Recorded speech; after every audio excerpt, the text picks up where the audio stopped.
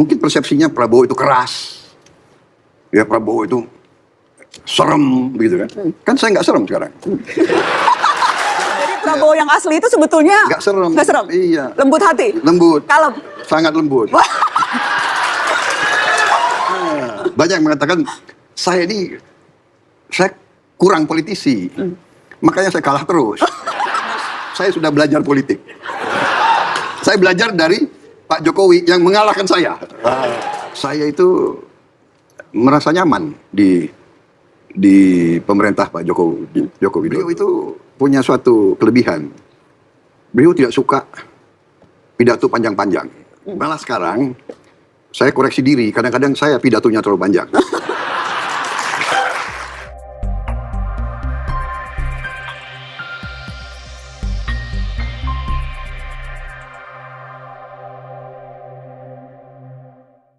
Selamat malam, selamat datang di Mata Najwa. Saya Najwa Shihab, tuan rumah Mata Najwa.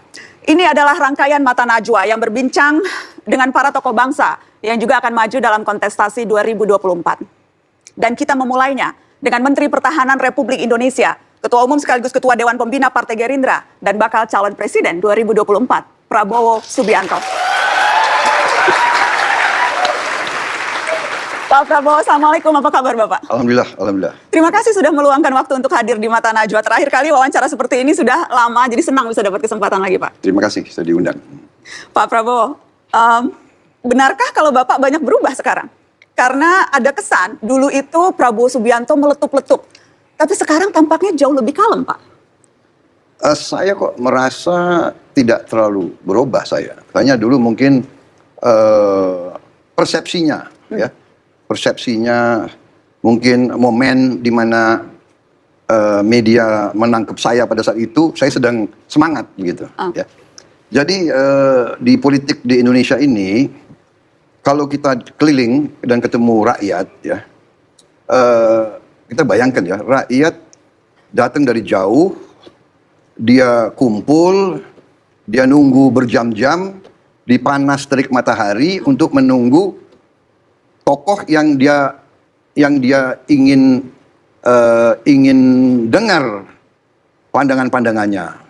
Kemudian kita sebagai tokoh yang datang, kita datang, ini masa rakyat yang datang jauh, berdiri lama di panas terik matahari, dan kita bicara biasa-biasa saja dengan nada yang biasa-biasa saja. Menurut saya kurang menghormati rakyat di situ. Jadi akhirnya ya, kalau Anda perhatikan di mana-mana, saya berpandangan kita harus bicara dengan semangat. Nah, mungkin bicara dengan semangat ini dipersepsi oleh elit ya. Media itu elit loh. Ya kan? Meletup-letup. Dan pers ini pinter, yang diambil kadang-kadang yang itu saja.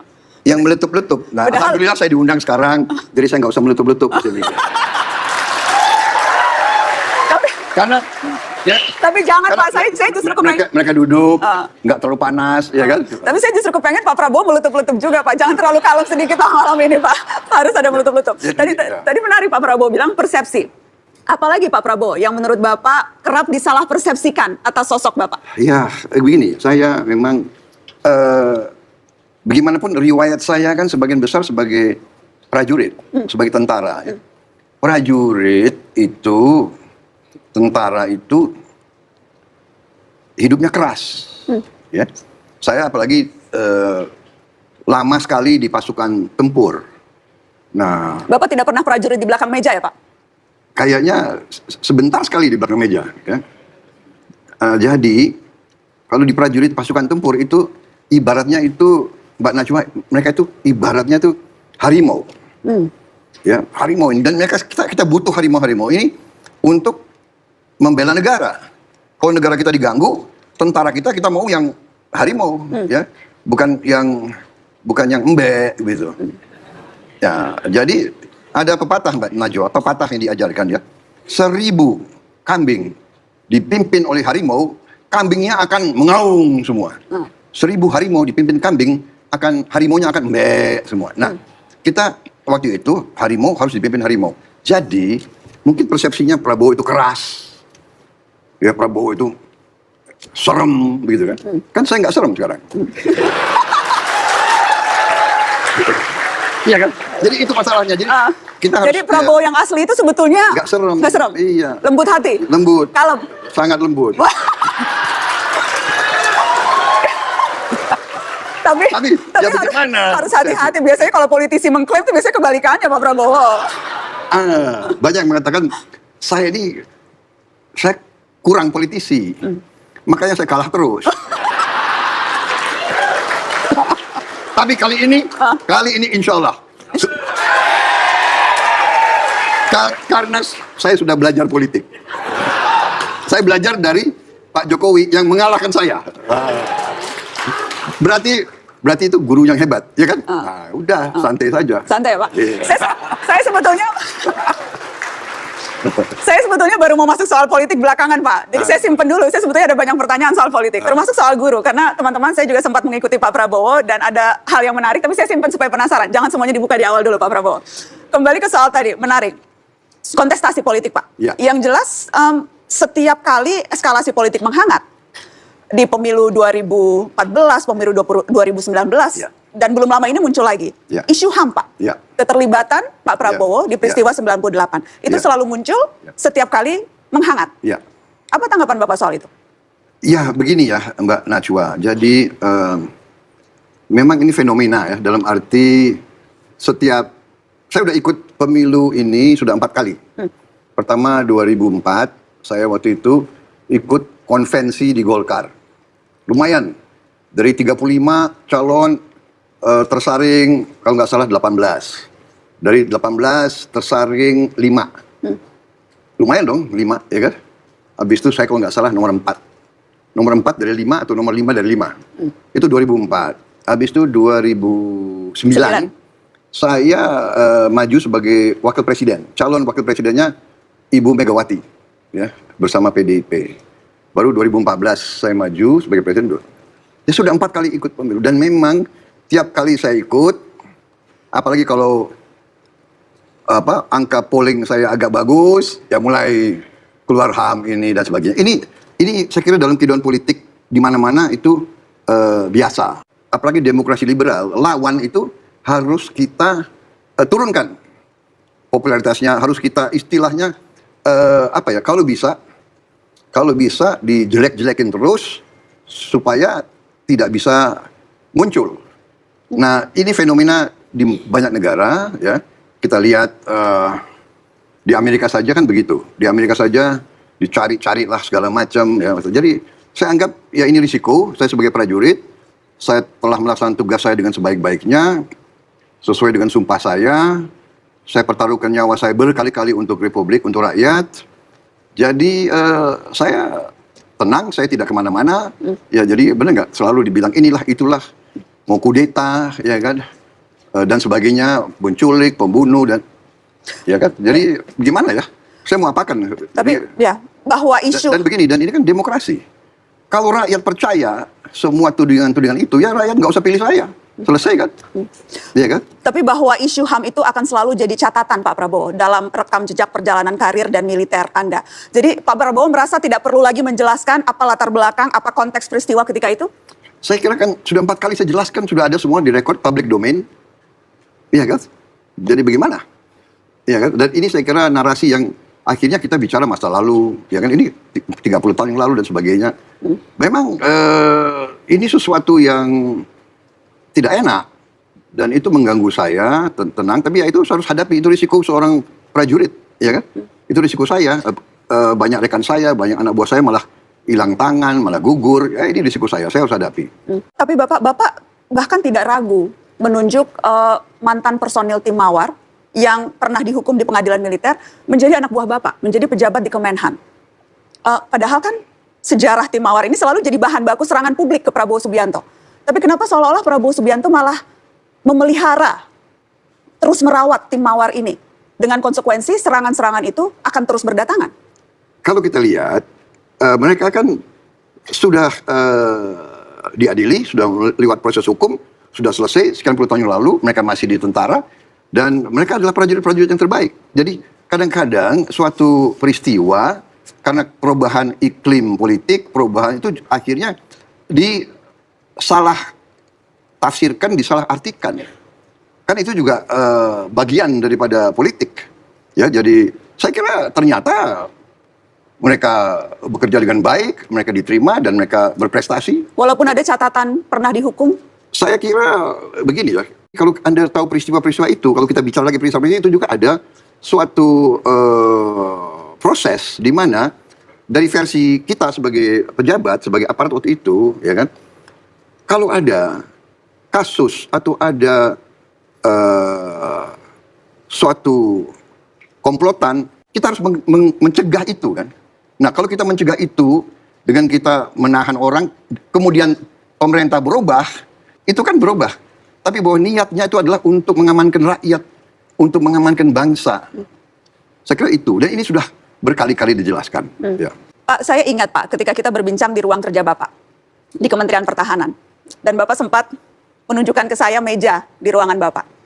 Bapak bilang, di ruangan ini saya diberhentikan sebagai prajurit, tapi di ruangan ini pula saya sekarang melakukan tugas sebagai Menteri Pertahanan.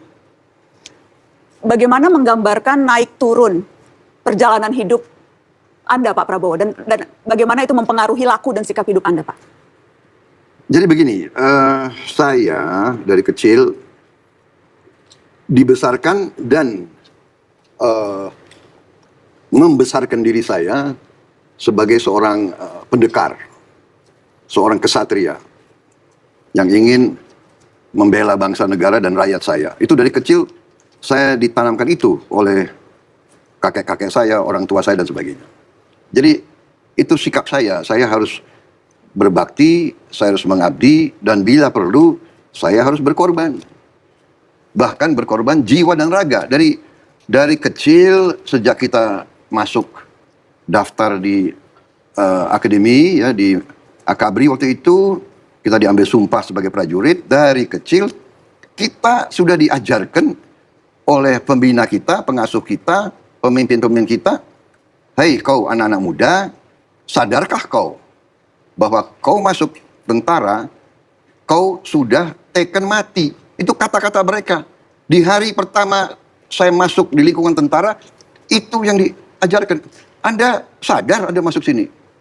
Anda mengerti apa yang akan Anda lakukan. Bahwa hidupmu, jiwa dan ragamu bukan milikmu lagi. Bukan milik keluargamu. Ini sudah milik negara dan bangsa dan rakyat. Pada saatnya kau harus memberi jiwa dan ragamu. Jadi, kalau naik turun, bagian daripada perjalanan seorang pendekar. Jadi, kalau kita mengalami keberhasilan, alhamdulillah. Kalau kita menerima pujian, alhamdulillah. Kalau kita mengalami, katakanlah, kekecewaan, atau kita dimaki, dihujat, ya kita harus hadapi sebagai seorang kesatria, seorang pendekar. Itu risiko seorang kesatria. Berasa karena kan sudah hampir lebih dari 20 tahun kan Pak, baru kemudian Bapak masuk lagi dalam kabinet, dalam pemerintahan setelah sebelumnya berada di luar. Itu penyesuaiannya? Penyesuaiannya saya kira sebentar, ya. Karena pendidikan di militer itu kan cukup membekas. Kita harus tepat waktu, kita harus disiplin, kita harus dan sebagainya. Jadi saya kira saya cepat menyesuaikan. Habis itu maaf ya, saya itu merasa nyaman di pemerintah Pak Joko Widodo. Saya pernah punya banyak pimpinan. Ini saya bukan apa ya, tapi benar saya rasakan. Saya kira Anda tanya semua menteri ya. Beliau itu punya suatu kelebihan. Beliau tidak suka pidato panjang-panjang. Beliau tidak suka pengarahan yang lama, singkat, jelas. Jadi apa ya? Anda cocok dengan gaya itu, Pak? Saya cocok dengan gaya itu. Ya. Jadi malah sekarang saya koreksi diri. Kadang-kadang saya pidatonya terlalu panjang. Pak, tapi apalagi dikasih kopi ini. Itu kopi Pak, khusus kopi. Saya boleh minum? Silakan Pak Prabowo. Saya minum juga kalau begitu. Mohon maaf ya kita minum teman-teman. Pak, hampir 5 tahun ini menjadi bagian dari pemerintahan. Apakah juga mengubah pandangan Bapak tentang kondisi bangsa ini ya Pak? Karena kan melihatnya dari posisi yang berbeda. Benar sekali, Mbak. Benar sekali. Jadi saya sangat bersyukur saya diberi kepercayaan oleh Presiden Joko Widodo masuk kabinet dan menjadi Menteri Pertahanan. Akhirnya saya hadir di sidang-sidang kabinet yang membahas sering tidak hanya sektor pertahanan. Jadi saya bisa ikuti perkembangan ekonomi, perkembangan pertanian, perkembangan di sektor lain. Itu satu. Kedua, saya masuk di Kementerian Pertahanan, saya melihat birokrasi kita, ya, budaya-budaya yang masih belum begitu baik. Itu koreksi diri kita sebagai bangsa. Jadi saya banyak belajar, terus terang aja, saya banyak belajar. Menemukan situasi itu, apakah mengkonfirmasi apa yang selama ini Pak Prabowo lihat sebagai masalah atau problem di negeri ini, atau mengubah pikiran Pak justru? Saya kira mengkonfirmasi, ya, dan membuat saya lebih realistis, tapi juga lebih optimistis. Lebih realistis Pak, maksudnya?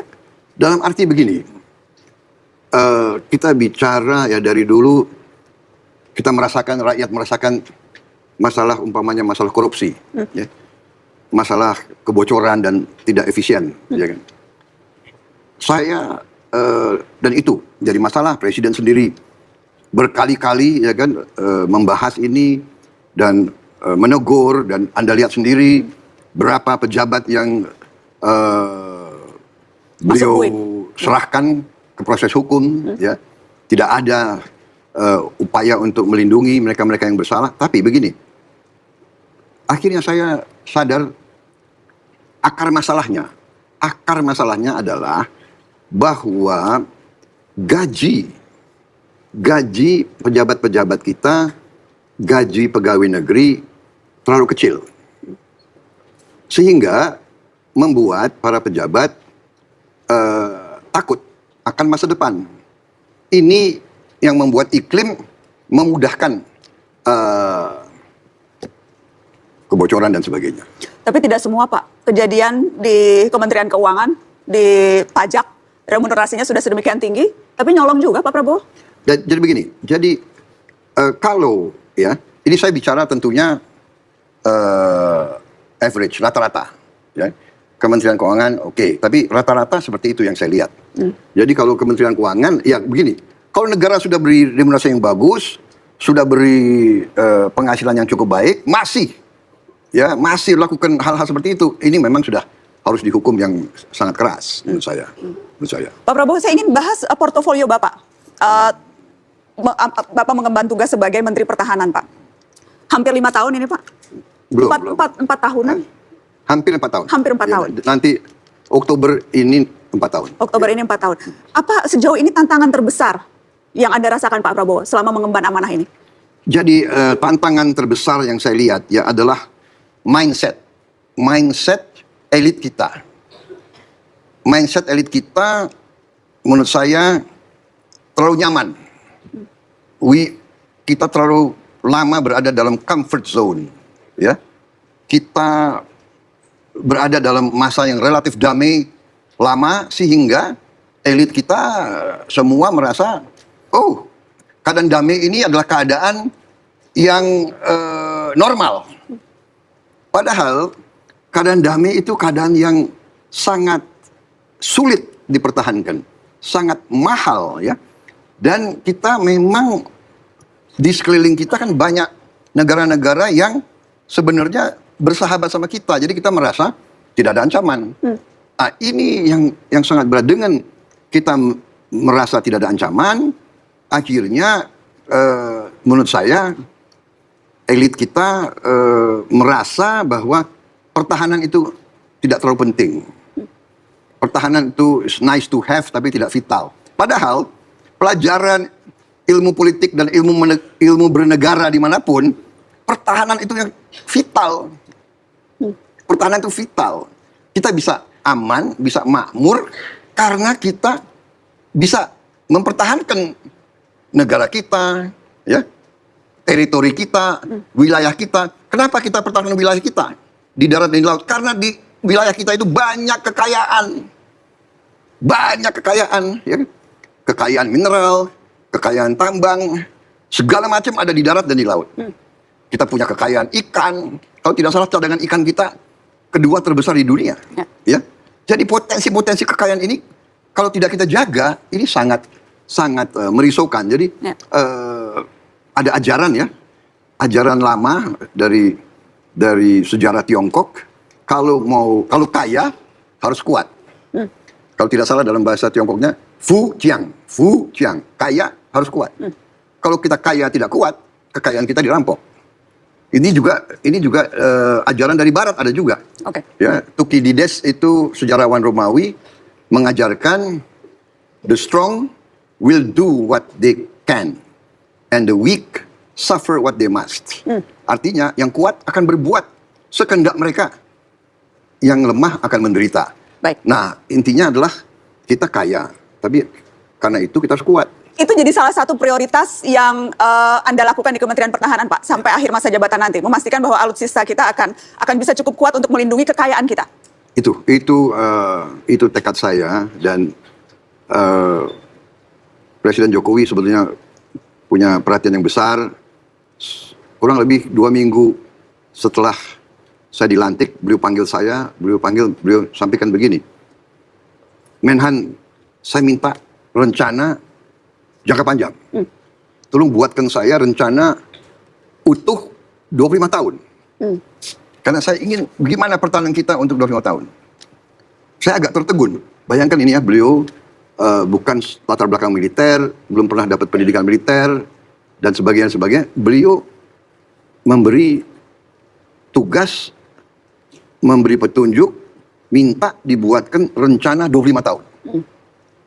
Saya tertegun, saya kembali, kita susun.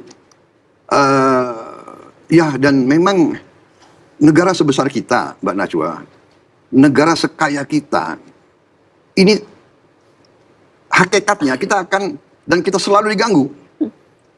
Bahkan sebelum ada Republik Indonesia, selama Nusantara, kerajaan-kerajaan kita selalu diganggu. Ya, Portugis lah, Perancis, Spanyol, Belanda, Inggris, Jepang, Mongol, semua ke sini. Kenapa? Kita ini kaya, Mbak. Bukan kita yang ke Eropa, mereka ke sini. Habis itu udah ke sini nggak mau pulang lagi, ya kan? Ya kan?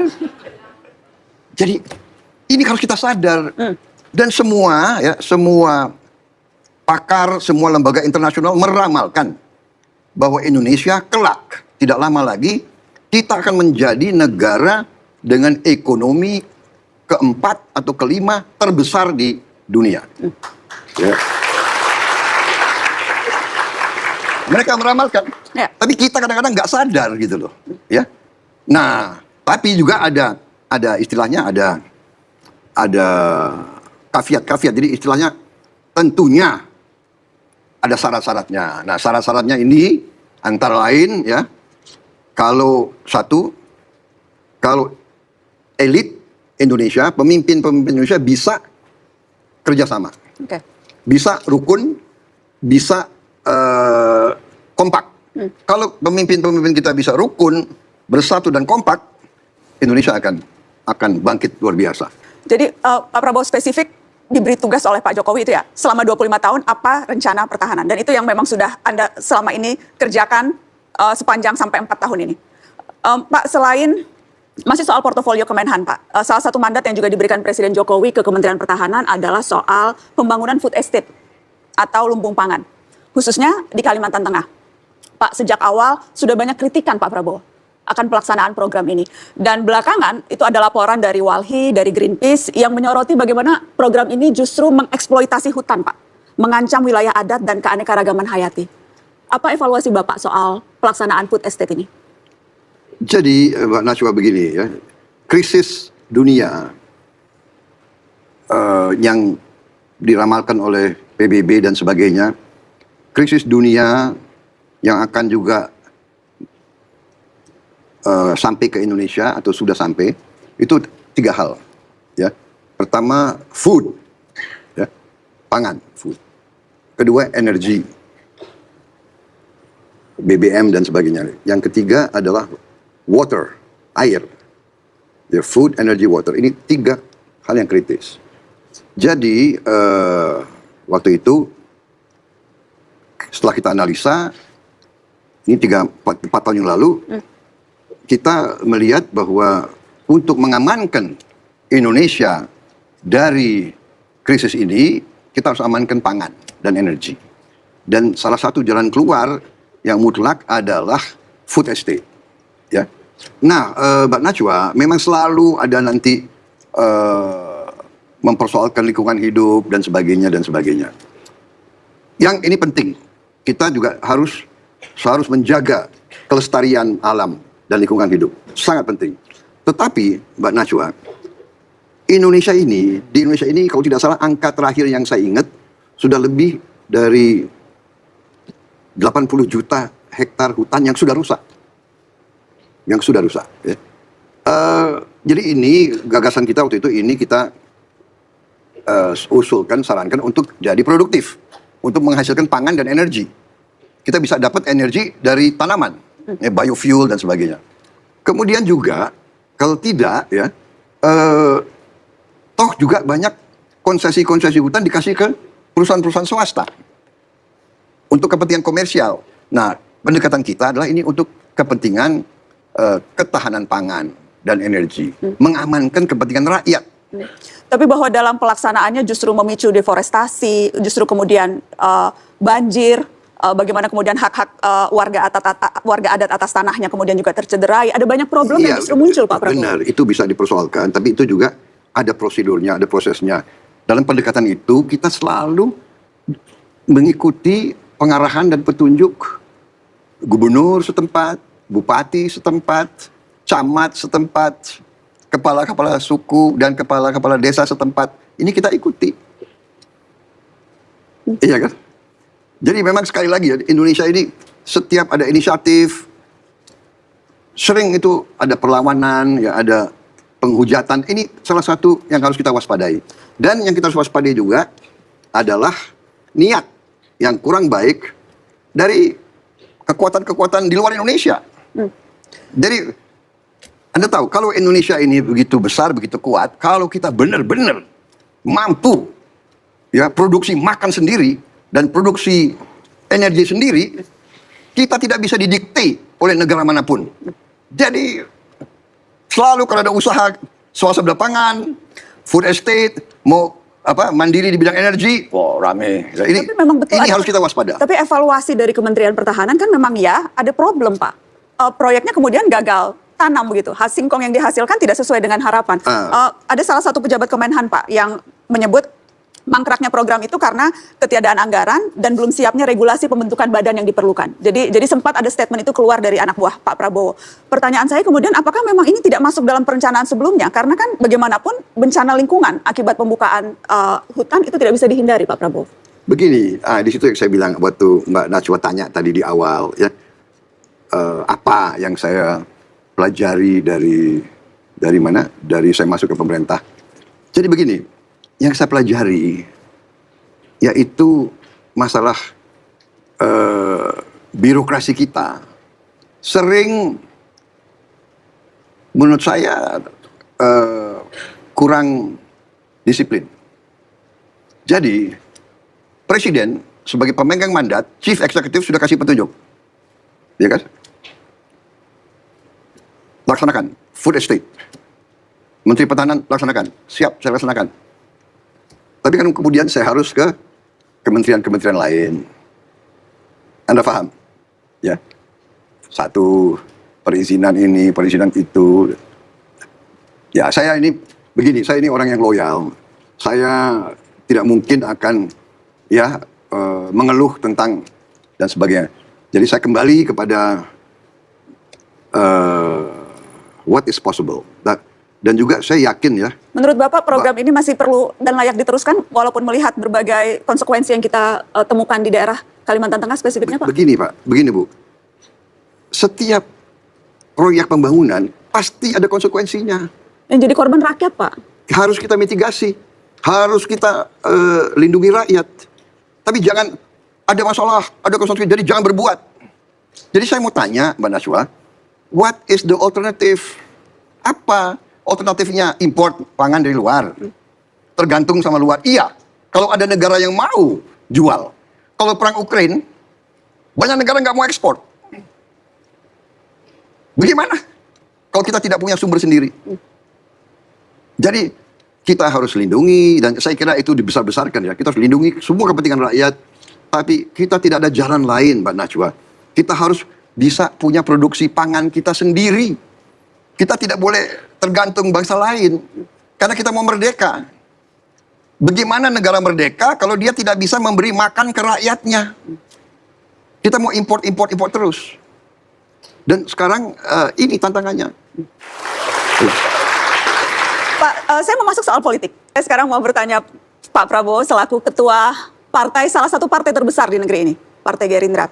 Pak, berbagai hasil survei Pak menempatkan partai politik itu sebagai lembaga di deretan terbawah kalau bicara kepercayaan publik.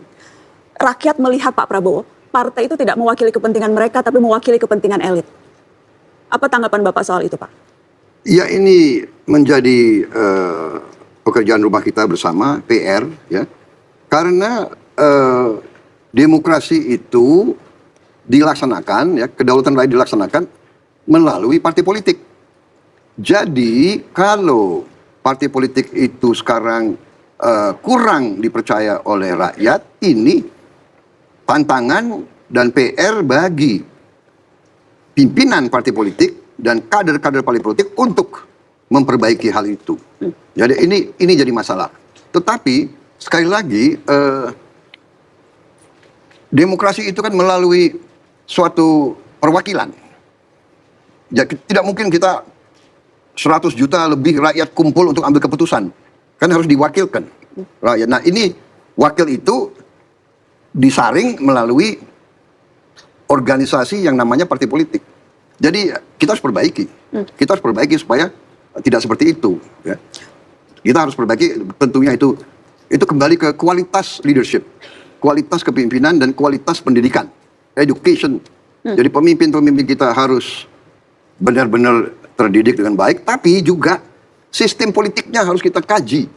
Ya, sekarang terus saja kita harus kaji demokrasi ini yang kita laksanakan. Kita harus, menurut saya, ongkos politiknya terlalu mahal. Ya, jadi ini yang harus kita cari, para pakar, kita belajar dari mana supaya nanti wakil-wakil rakyat bisa dipilih tanpa ongkos politik yang terlalu mahal. Yang saya lihat ya, yang saya lihat di beberapa negara barat, sebagai contoh, untuk jadi anggota parlemen di Inggris, uang pribadi yang keluar paling adalah 300 pound. 300 pound mungkin sekarang berapa ya? 300 pound. 7, 8 juta, 10 juta rupiah. Perbandingan dengan di Indonesia berapa, Pak? 10 juta rupiah, Pak. Ya, maksud saya kalau di Inggris hanya sebesar itu, di Indonesia bisa berapa banyak ya, Pak? Walau alam. Tergantung daerah pemilihannya. Gini. Miliaran, Pak. Saya ini terus aja agak ngeri cerita sebenarnya. Saya takut anak-anak muda ini patah semangat. Ya, ini harus kita perbaiki supaya mereka tidak mengalami seperti kita sekarang. Rasanya tidak patah semangat, tapi mereka akan realistis melihat bahwa memang seperti yang tadi Pak Prabowo katakan, biaya politik mahal, itu juga yang membuat banyak yang berusaha balik modal, Pak, dengan melakukan korupsi. Ya. Akhirnya kan berarti sistem politik kita malah tidak membawa Indonesia aja, tidak membuat negara ini jadi negara maju, hebat, makmur, tapi bisa merusak negara kita sendiri. Makanya kita harus berani mengkaji. Ini nanti harus ada semua pimpinan dari semua stakeholder ya, partai politik, organisasi-organisasi kemasyarakatan, tokoh-tokoh agama, tokoh intelektual, semua harus duduk mengkaji dan bagaimana apa yang kita ingin perbaiki. Pak. Sebagaimana dulu bapak-bapak kita merancang kemerdekaan. Ya. Kan dulu ada BPUPKI kan. Ya. Ini kita perlu semacam itu untuk mengkaji. Ini pikiran saya ya. Menarik tadi. Bisa dilaksanakan, mungkin juga belum bisa, saya tidak tahu. Menarik tadi Pak Prabowo katakan bahwa ini sebetulnya kegagalan kaderisasi partai politik juga. Karena kalau misalnya kita bicara korupsi, Pak, kita berkaca di kabinet saat ini, 3 menteri masuk bui, Pak. Salah satunya kader partai Bapak, Gerindra. Jadi ya, partai politik gagal melahirkan elit-elit yang bersih? Saya kira begini ya, Anda mengatakan 3, tapi ada sekian puluh lagi yang berbuat baik kan. Jadi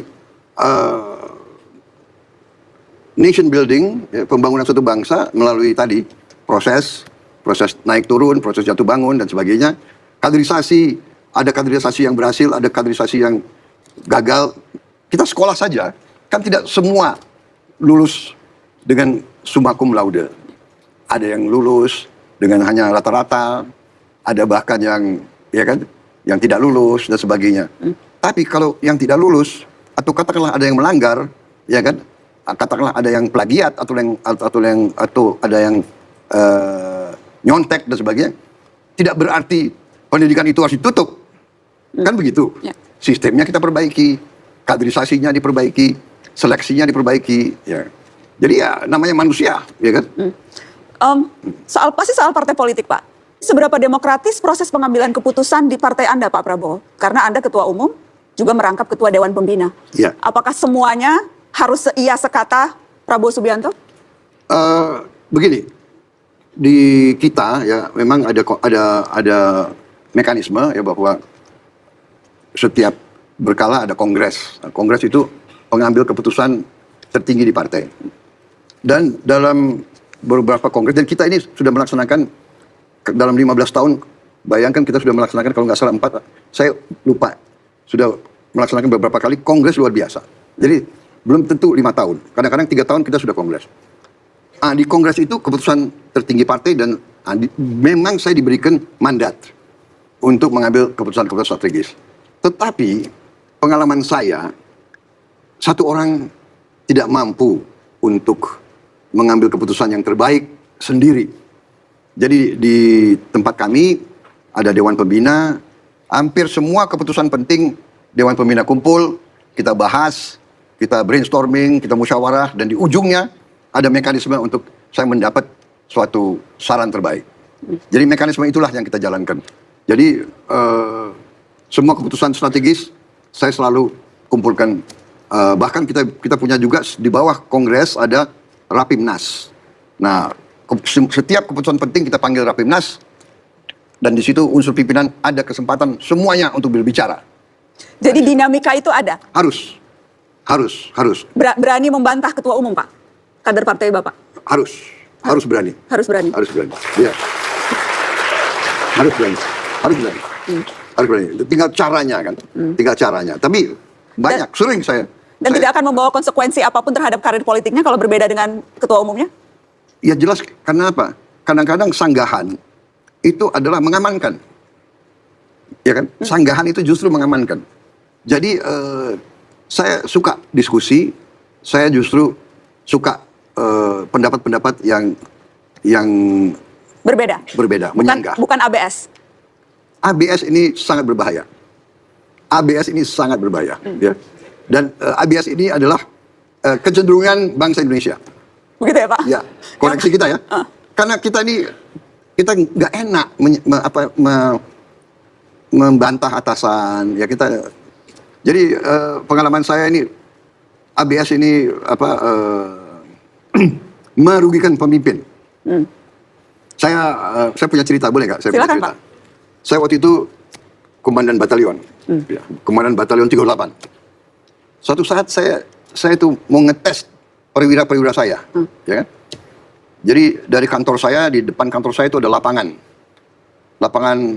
apel, lapangan sepak bola. Di keliling lapangan itu banyak pohon, pohon besar, rindang, bagus, hijau. Saya hanya mau nguji saja. Suatu saat saya kumpulin perwira saya, kira-kira seingat saya ada kira-kira 16-17 perwira di situ. Ya. Ada kapten, letnan 1, letnan 2. Di pinggir lapangan. Saya kumpulin, saya bilang, para perwira, saya tadi lihat dari jendela saya lihat ke lapangan. Menurut pendapat saya, kan lebih bagus lapangan kita ini luas. Tidak ditutupi oleh banyak pohon-pohon. Bagaimana kalau kita tebang semua pohon ini? Saya tanya. Ya kan? Karena ini mengganggu pandangan kita dari jauh. Kita tebang aja, bagaimana? Mbak Najwa, semua perwira saya, siapa? Ide yang bagus, Pak. Ide yang bagus, Pak. Semua perwira bilang ide yang bagus, ide yang bagus. Bener Pak, tebang aja Pak, tebang aja, tebang aja. Tahu-tahu, ini bener-bener. Dari belakang saya, ada suara seorang kopral. Kopral itu sedang jongkok di belakang. Nggak tahu dia lagi apa gitu ya. Dia dengar pembicaraan ini perwira. Dia bilang, jangan Pak, itu dulu kami yang tanam Pak. Sekian belas tahun yang lalu Pak. Dan ini tempat kami berlindung kalau panas Pak. Ini rindang Pak. Debu-debu bisa dikurangi Pak, jangan ditebang Pak. Ini kopral yang bicara? Kopral yang bicara. Ini pelajaran bagi saya. Oh, jangan-jangan orang pangkat rendah lebih jujur dari pangkat tinggi.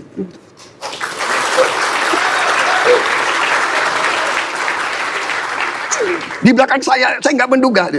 Jangan Pak, dia berani itu. Kopral, mungkin kopral dia nggak nanya pangkat kan. Jadi dia nothing to lose, saudara. Kalau perwira ini, dia berharap masuk sekolah ini, sekolah itu. Kalau gue bantah komandan, jangan-jangan gue nggak sekolah. Kan kira-kira gitu. Padahal saya tuh mau tahu siapa yang jujur, siapa itu. Lucu-lucu, tapi itu that's true, that is true. Kejadian. Kadang-kadang orang pangkat rendah lebih jujur. Itu pengalaman saya. Jangan Pak. Dan mereka berani kadang-kadang. Ya, berani. Benar. Pak Prabowo, saya mau masuk soal Copras-Capres ya Pak. Boleh diminum kopinya dulu Pak Prabowo. Kita bicara Copras-Capres. Asal jangan tanya Wapres. Ya, padahal itu udah mau ditanya.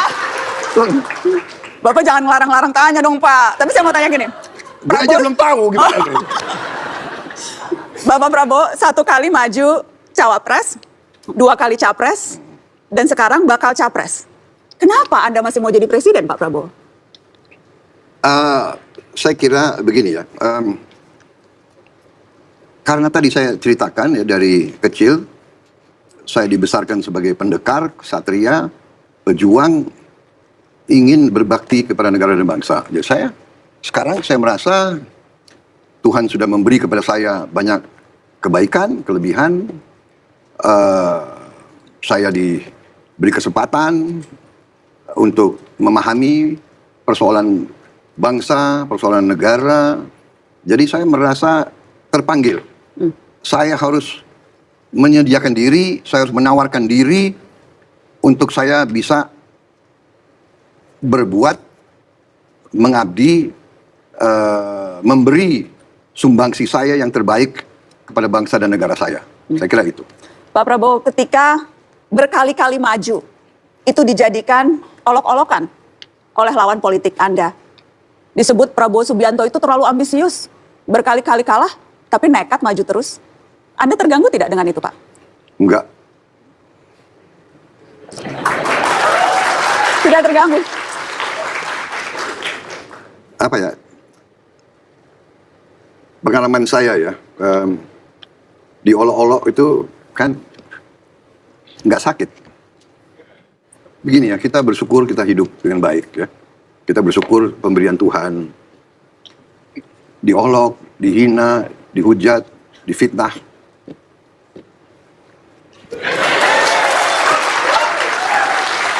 Jadi, saya benar-benar, saya itu bukan, kadang-kadang kita, ya istilahnya siapa sih yang suka diolok, siapa, tapi sudahlah, gitu, benar nggak?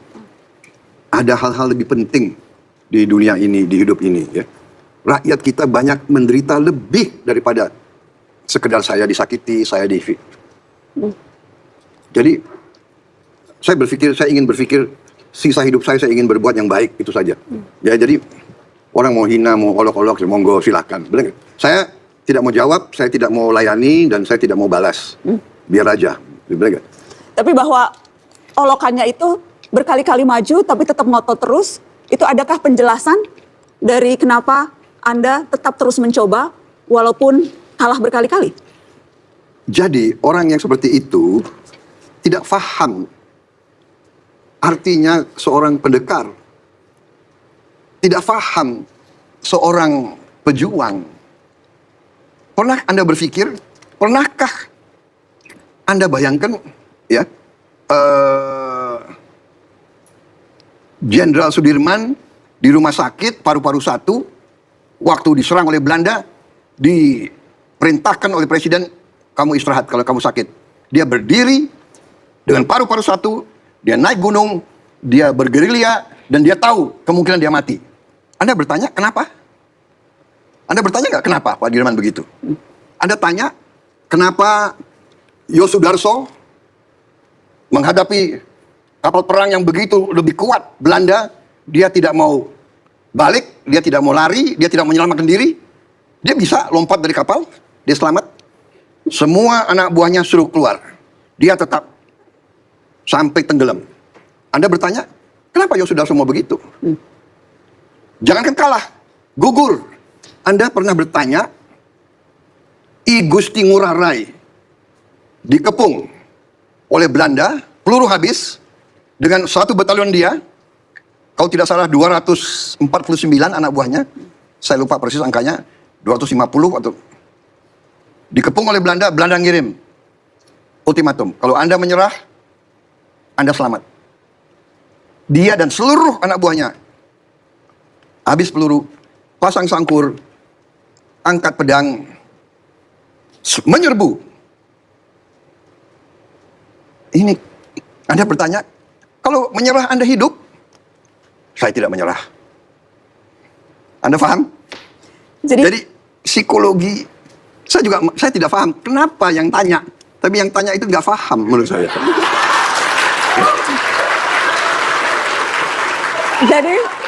Jadi artinya Anda akan terus mencoba sampai berhasil, Pak. Sampai jadi presiden, akan terus mencoba. Saya selalu, selama saya punya kekuatan, saya selalu akan menyediakan diri. Saya akan mempersembahkan diri kepada bangsa dan rakyat saya. Silakan. Kalau Anda perlu saya siap. Tapi kalau Anda tidak perlu saya, tidak ada masalah. Saya bisa melaksanakan tugas lain. Ya kan? Saya ingin bertanya ini juga Pak Prabowo. Walaupun Bapak sudah sempat menyampaikan, tapi rasanya kesempatan ini saya ingin tanyakan lagi. Yang jelas Bapak berhadapan dengan Pak Jokowi dalam 2 kali pilpres yang sangat sengit. Selisih suaranya juga cukup ketat. Dan ekses persaingan itu sampai ke akar rumput, Pak. Dan kita ingat ketika itu, Pak, tim Prabowo Subianto cukup lama tidak mengakui kemenangan Jokowi. Sampai akhirnya ditetapkan MK. Itu sempat memicu demonstrasi besar yang juga menewaskan banyak orang, Pak. Pasca pengumuman kemenangan Jokowi di 2019. Tapi ketika ditawari posisi menteri, Anda bergabung dengan kabinet. Mengapa, Bapak Prabowo? Jadi kalau Anda ikuti perkembangan itu, justru saya yang minta pendukung saya pulang. Hentikan demonstrasi. Ya. Jadi bukannya kita tidak mengakui, tapi kita mengikuti proses konstitusional. Kita berjuang sampai titik terakhir yang diizinkan oleh konstitusi kita, yaitu proses MK. Tapi begitu proses selesai, kita patuh. Ya, jadi itu masalahnya, dan pada saat ada tawaran rekonsiliasi, saya berpikir dan saya menilai insting saya bahwa rekonsiliasi itu jalan yang terbaik. Makanya saya putuskan ya, rekonsiliasi. Nah, perkara masuk dan keluar dari kabinet, jadi waktu itu niat saya untuk saya sendiri tidak masuk kabinet. Saya akan memberi nama-nama untuk kabinet. Beberapa nama saya berikan. Akhirnya diterima 2 nama. Ya. Dan dalam proses itu saya mengatakan saya tidak mau masuk, saya di luar saja. Tapi terus ada tawaran-tawaran dan akhirnya berhasil saya diyakinkan untuk masuk. Dan waktu saya masuk, tadinya saya terus terang saja saya mintanya jadi ketua Dewan Pertimbangan Presiden. Tadinya kan saya berpikir, ya kan, saya kan istilahnya rivalnya Pak Jokowi, ya kan. Kalau saya one team press, ya kan, intinya juga mungkin bisa lebih longgar aktivitas dan sebagainya. Terus menerus, tapi akhirnya saya masuk kabinet, dan saya bilang kalau saya masuk kabinet, bidang yang saya kuasai adalah pertahanan. Itu saya akhirnya saya jadi Menteri Pertahanan. Dan saya kira ini sesuatu yang sangat istilahnya sangat positif. Ya. Saya bisa berbakti sesuai dengan janji-janji politik saya, karena dalam janji politik saya, kalau tidak salah waktu itu, ya kan kalau tidak salah ada 5 hal ya. Pertama memang swasembada pangan, kemudian swasembada energi, kemudian masalah ekonomi kerakyatan, kemudian membersihkan institusi-institusi pemerintahan, dan pertahanan yang kuat. Jadi waktu itu saya merasa ini bagian dari janji politik saya kepada rakyat. Tidak sebagai presiden, tapi sebagai Menteri Pertahanan pun saya bisa bekerja untuk rakyat. Dan motivasi utamanya rekonsiliasi. Ya, saya kira itu sesuatu yang luar biasa. Ya. Itu sikap negarawan dari Pak Jokowi luar biasa. Dan itulah yang sekarang jadi panutan banyak negara. Jadi kita jadi contoh banyak negara. Benar-benar, saya keliling kemana-mana, mereka selalu tanya, kok bisa Anda? Dan banyak negara melihat kita. Anda bisa bayangkan sekarang saja, as we speak now, di Sudan, perang saudara. Perang saudara antara 2 jenderal. Padahal Sudan ini negara yang sangat kaya. Dia punya minyak, punya gas, punya emas. Ya. Perang di ibu kotanya. Ribuan rakyat, 2,5 juta rakyat kehilangan rumah. 2,5 juta pengungsi. Nggak tahu nasib mereka. Jadi kita ini jadi panutan, Mbak Najwa. Saya ini baru dari Paris ya. Saya itu sampai, saya nggak enak. Banyak negara minta ketemu. Ya. Bahkan beberapa kepala negara, Menteri Pertahanan dari negara Afrika minta ketemu. Mereka minta apa? Minta kesempatan mengirim, boleh nggak kita kirim perwira-perwira kita, bintara-bintara kita ke Indonesia untuk dilatih? Bisa nggak Indonesia kirim tim pelatih untuk membantu tentara kita? Begitu kagum mereka sama Indonesia. Mereka undang Pak Jokowi, mereka undang saya, undang menteri-menteri untuk datang ke negara. Pak, dengan alasan rekonsiliasi juga, apakah berarti nanti kalau Bapak menang, lawan akan Bapak ajak bergabung ke kabinet, dan sebaliknya kalau Bapak kalah akan bersedia bergabung bila diajak yang menang? Inikah tradisi Indonesia menurut Anda, Pak, politik Indonesia seperti ini, yang kalah bergabung ke yang menang? Kalau saya menang, insya Allah saya menang. Saya akan mengajak semua unsur masuk dalam pemerintahan. Tapi saya tidak tahu mereka mau ngajak kita atau tidak. Tapi kalau itu hak mereka. Tapi kalau diajak, kalau diajak lagi? Kalau diajak, kita harus memberi kader-kader kita terbaik. Kita harus bersatu untuk membangun negeri ini. Itu keyakinan saya, Mbak Najwa. Itu keyakinan saya. Lawan politik jangan kita bikin terlalu dianggap lawan. Anggaplah itu kontestan pesaing. Kita harus ingat waktu kita di sekolah, kalau ada pertandingan, ya kan? Itu kan kita ingin menang. Tapi sudah pertandingan selesai, masa kita masih, ya kan? Kontok. Ya, jadi itu karena tradisi bangsa berbeda-beda.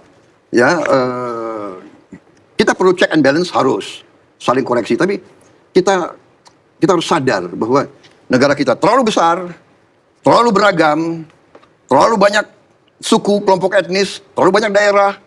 Ya, kalau kita tidak di ujungnya punya suatu elit, unsur pimpinan yang kompak, bisa kerjasama, sulit untuk kita sampai ke potensi kita. Ya, saya tuh analogi, saya ini suka sepak bola. Jadi tim sepak bola itu teamwork. Ya. Kita bisa menang kalau 11 orang ini kerjasama. Bahkan tidak 11 orang. Ada pemain cadangan, ya. Ada pelatih, asisten pelatih, manajer, tukang bawa minuman, tukang pijit, one team. Ini yang bisa menjadi juara. Indonesia perlu kerjasama ini. Pak Prabowo, saya ingat ketika kita berbincang di mobil, Pak, dan Bapak bilang belajar politik dari Pak Jokowi. Saya ingin teman-teman menyaksikan cuplikan liputan saya dengan Pak Prabowo berikut ini. Jangan ditarik. Pak, jangan ditarik. Jangan ditarik. Jangan ditarik, Pak. Pak Prabowo ngikutin gaya Pak Jokowi, pakai kaos. Kalau politik saya belajar dari Pak Jokowi ya. Spesifik, jadi gesture ini tuh spesifik Pak Prabowo Ya. memang lihat dari Pak Jokowi. Ya kan saya sering ikut beliau, saya lihat loh, ya presiden aja bagi-bagi kaos, apalagi menteri kan, boleh dong, bagus kan, ya kan, rakyat senang. Tadi juga di Sespim menarik yang waktu Pak Prabowo bilang mengilustrasikan, menganalogikan Presiden Jokowi sebagai kapten sepak bola. Ya dia kan pemimpin pemerintah, dia kepala negara, ya dia saya ibaratkan kapten kesebelasan, kapten timnya namanya tim Indonesia, beliau kaptennya, beliau. Dan Prabowo Subianto striker. Iya dong. Striker tuh paling banyak yang nekel biasanya Pak. Ya biasa itu. Biasa kena tackle. Iya. Kalau nggak tackle atau menekel. Pak Prabowo banyak yang mana? Sama Nggak ada tanggung, masalah. sama tanggung jawabnya harus yang ngegol, harus banyak ngegol Pak kalau striker. Iya kan kalau di tackle biasa, kalau mau Anda mau masuk lapangan ya Anda harus siap di tackle. Nggak ada masalah, jatuh biasa itu. Jadi kalau ibarat pertandingan sepak bola, striker. Pak Prabowo nih udah golin berapa banyak?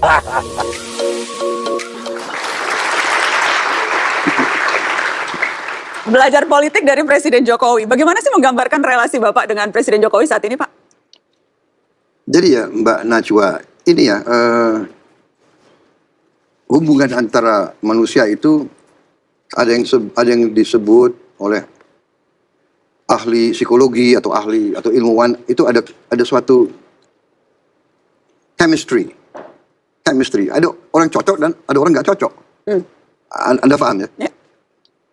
Jadi saya walaupun lawan dengan Pak Jokowi dari dulu ya tapi kalau kita ketemu ya kita ada chemistry, kita cocok gitu loh. Ya gimana ya? Jadi itu nggak bisa dibuat-buat kalau menurut saya ya. Ya gitu aja. Ada orang yang kadang-kadang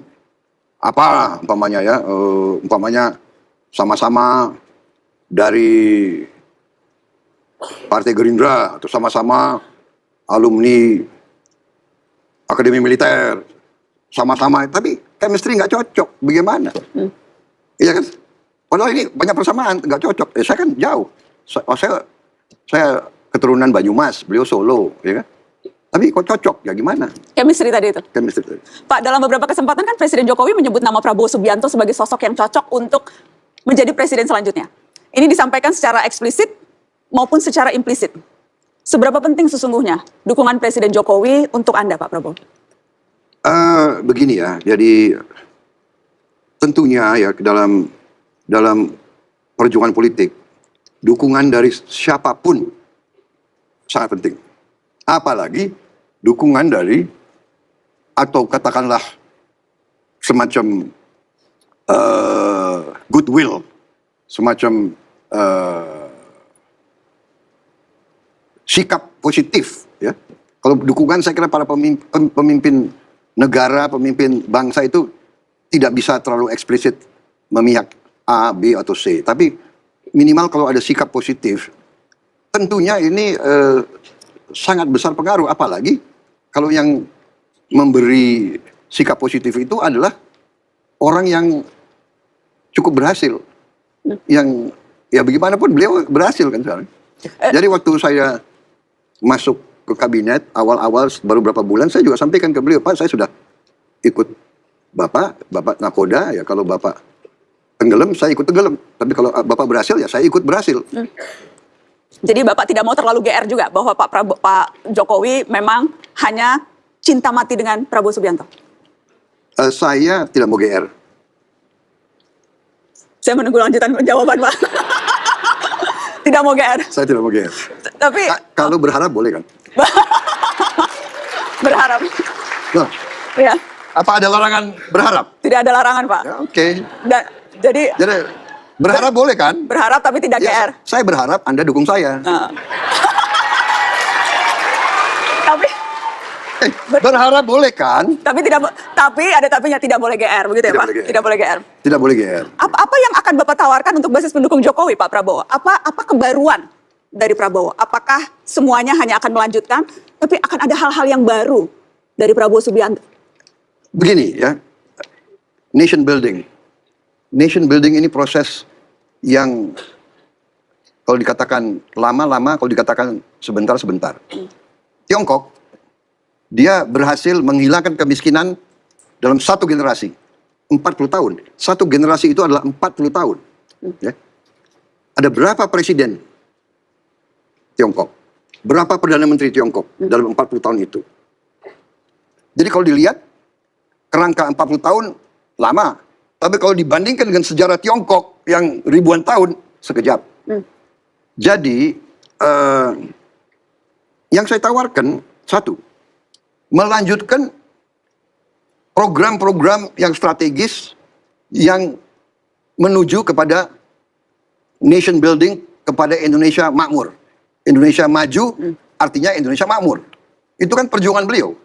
Itu yang beliau inginkan. Dan itu yang beliau katakan, makanya beliau keluar dengan sikap hilirisasi. Bahan-bahan kita sudah cukup. Kita tidak mau lagi menjual kekayaan alam kita sebagai bahan mentah. Tidak mau lagi. Kita mau pengolahan diolah di Indonesia. Kita mau bahan-bahan itu diolah di Indonesia sehingga kekayaan itu value add, nilai tambahnya itu dinikmati oleh rakyat Indonesia. Itu yang kita mau.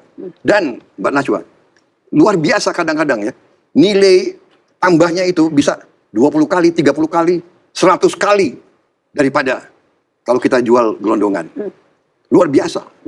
Ya, nikel waktu kita jual bahan mentah, katakanlah penerimaan negara itu $1 miliar, kurang lebih ya, 13 triliun. Setelah hilirisasi naik 20 kali, 30, 25 kali. Bayangkan, ini yang sangat penting, ini baru nikel. Belum boksit. Boksit itu bahan baku alumina. Alumina kalau diolah menjadi aluminium. Aluminium bahan untuk TV, bahan motor, bahan mobil, bahan pesawat terbang, bahan komputer. Bayangkan, selama ini boksit kita jual mentah. Tapi kita beli mobil dari luar. Kita beli pesawat terbang dari luar. Kita beli televisi dari luar. Bayangkan kalau nanti boksit ini kita olah di Indonesia. Kita bisa punya mobil, komputer, televisi buatan Indonesia sendiri. Ini yang kita inginkan. Ini yang kita inginkan. Jadi itu strategis. Jadi saya sependapat, saya akan laksanakan ini.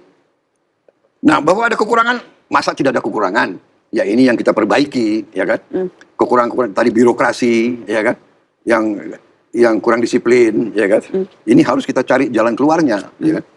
Apa yang bisa membuat Prabowo Subianto tertawa terbahak-bahak? Dan apa yang selalu pasti bisa membuat Anda menangis? Saya memang nggak tahu ya. Saya memang suka humor. Jadi saya gampang ketawa. Humornya humor garing dead jokes gitu, Pak? Atau humor Sri Mulat? Atau humor apa yang bisa bikin Pak Prabowo ngakak-ngakak sampai sakit perut? Enggak, saya humor apa saja itu. Gampangan, Bapak Iya, orangnya? gampangan, apa saja. Bener, nggak tahu saya. Saya memang apa ya? Saya itu dari dulu ya nggak tahu. Saya suka. Saya itu dan juga filosofi saya belajar. Saya itu kita harus gembira. Saya dapat pelajaran dulu dari komandan saya. Dia mengatakan, Prabowo, orang berani itu gembira. Orang berani itu gembira. Ya kan? Kalau kamu sedih, kau masuk kamar aja, sedih sendiri. Ya kan? Karena kalau sedih, nggak ada orang lain yang bisa kau ajak sedih kan? Tapi kalau gembira, orang lain bisa ikut gembira. Nah itu. Kapan terakhir kali Bapak menangis? Kapan ya? Menangis. Saya ini juga orang yang cepat terharu. Terus aja. Kalau saya lihat sesuatu yang membanggakan, kalau saya ingat anak buah saya yang pernah gugur, kalau saya lihat, saya nggak suka lihat, saya tidak suka lihat penderitaan. Itu sifat saya. Yang saya ajarkan kepada lingkungan saya, anak buah saya, apa yang saya dapat ya. Pertama, ya, kalau Anda tidak bisa membantu banyak orang, bantulah beberapa orang. Kalau Anda tidak bisa bantu beberapa orang, bantulah satu orang. Kalau satu orang pun Anda tidak bisa bantu, jangan bikin orang itu susah. Itu filosofi yang saya, jadi saya kira demikian. Ya. Prabowo Subianto, Menteri Pertahanan Republik Indonesia, Ketua Umum Partai Gerindra, Ketua Dewan Pembina Partai Gerindra, bakal calon presiden 2024. Terima kasih waktu Anda untuk Mata Najwa malam ini.